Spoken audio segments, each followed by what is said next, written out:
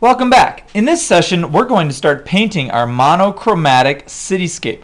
We're going to focus primarily on the element of value, okay? And we're going to think and talk about monochromatic. Monochromatic means you have one color and a variety of tints and shades. A tint is when you add white to a color, and a shade is when you add black to a color. So if we take a little peek at my prior example here, I chose what color? That's right, blue. And then I added white to it to make a light tint of blue for this building.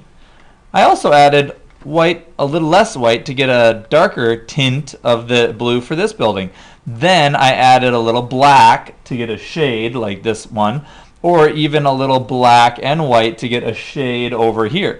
I also added different tints and shades all around my picture. Okay, so today we are going to make some tints and shades for our first row of buildings.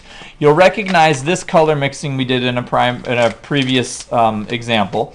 All right, and you're going to pick whatever color, pure color you want, and you're going to mix a variety of tints and a variety of shades and paint each building a different tint or shade.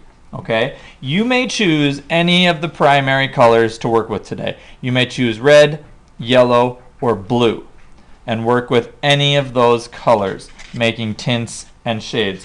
What colors are we going to choose? That's right, any of the primary colors, but you're just going to stick with one color.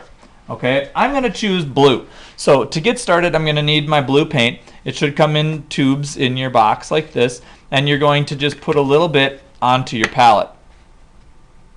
Remember, no ketchup squeeze. We just need a little bit. You can always go back and get more. Make sure the top is closed when you're done. Then you're going to need 2 cups of water, one that's empty for your dirty water, one that's clean water, a little bitty cup like this to wash your brush out in when you need to. You'll need a little paper towel to blot your brush on, and then you'll need a brush. There's 2 different brushes, a larger easel brush and a smaller easel brush. We're going to try to use the bigger one, but if you need to use a smaller one, let me know and we'll get that out. All right.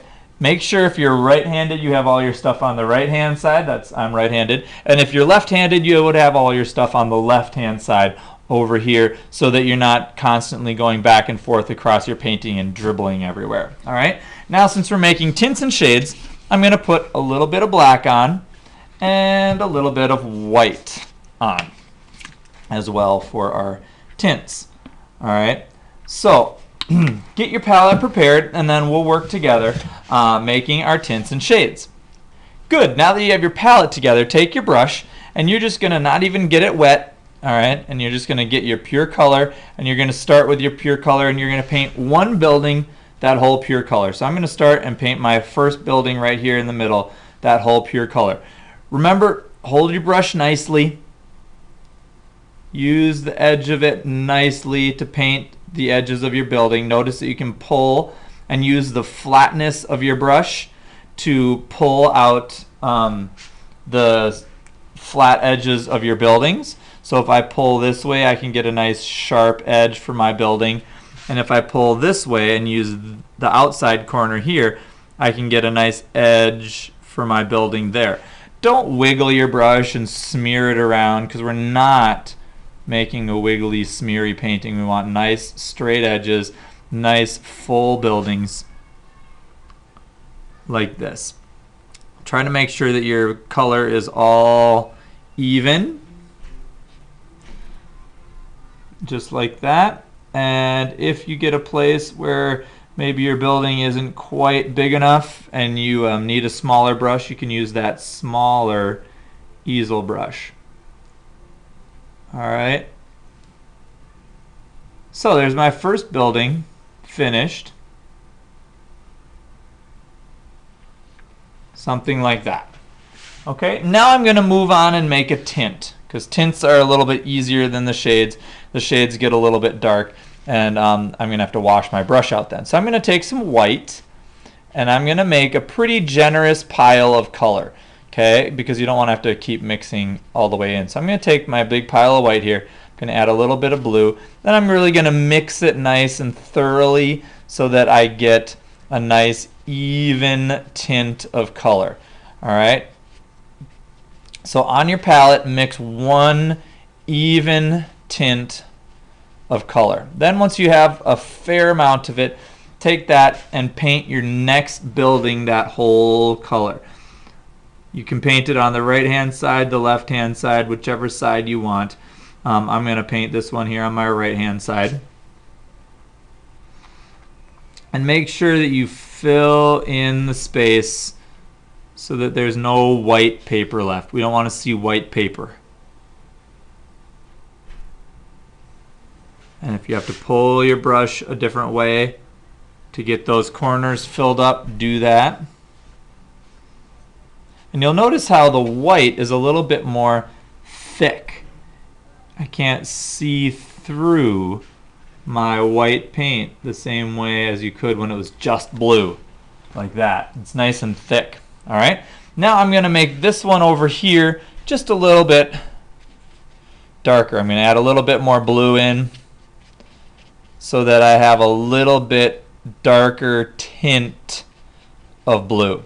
It's still a tint because we haven't added any black in yet, but it's a little darker. It's not pure blue. It's not that light tint. And I'm going to paint that right into this building.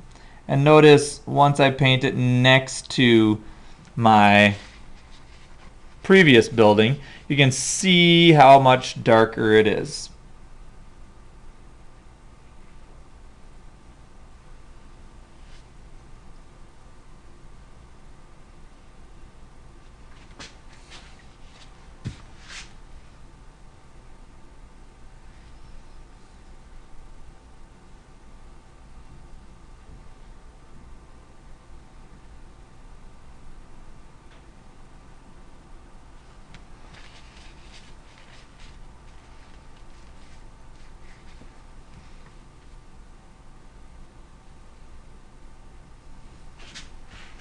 You can even pull your brush from the bottom up like that to fill in those other spaces if you need to. Now I'm running out of paint here, so I'm just going to squeeze a little bit more blue on and make just a yet darker, just a little bit darker tint. Okay, I'm going to use this area so that it's just a little bit darker. Okay, it's not as light. And here we go. I'm going to put that one next to here. You can see it's just a little bit darker. So I'm going to add a little more blue to make it darker yet. And paint that building in. Now I have all my tints painted on one side of my pure color.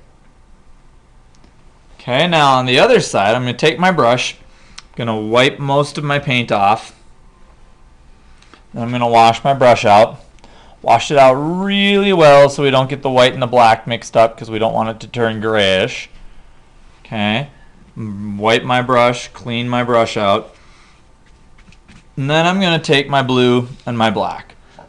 Now this is going to be kind of hard because blue is already a pretty dark color, and as soon as I add that black in, it's really just going to overpower it. So I'm going to have to be really careful with this to not get it too dark. If you've chosen something else like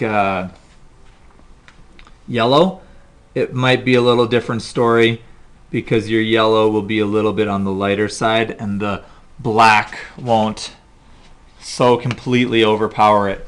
But you'll notice that it's a little darker. It's more on the black side. I want it to be blue, and I'm fighting now against transparency. You can kind of see the white of the paper showing through, whereas before with the white, the white really covered over. It's more opaque color.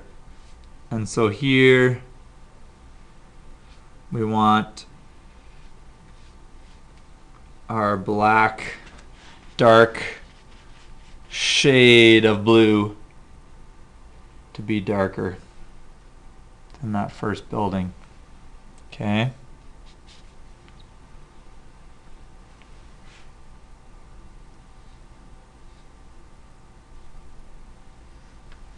So there's a little darker shade. Now, since I've got the blue and it's really hard to do those dark shades, I'm going to do one more dark shade over here on this outside building. And then I'm going to do a tint on this building here because it's so hard to do that dark shade without turning the paint completely black. So I'm going to do that building like that, and then I'm going to wipe my brush off again, clean it out real well, and make it go back to my tints and put a tint over on that side. Wash your brush out really well.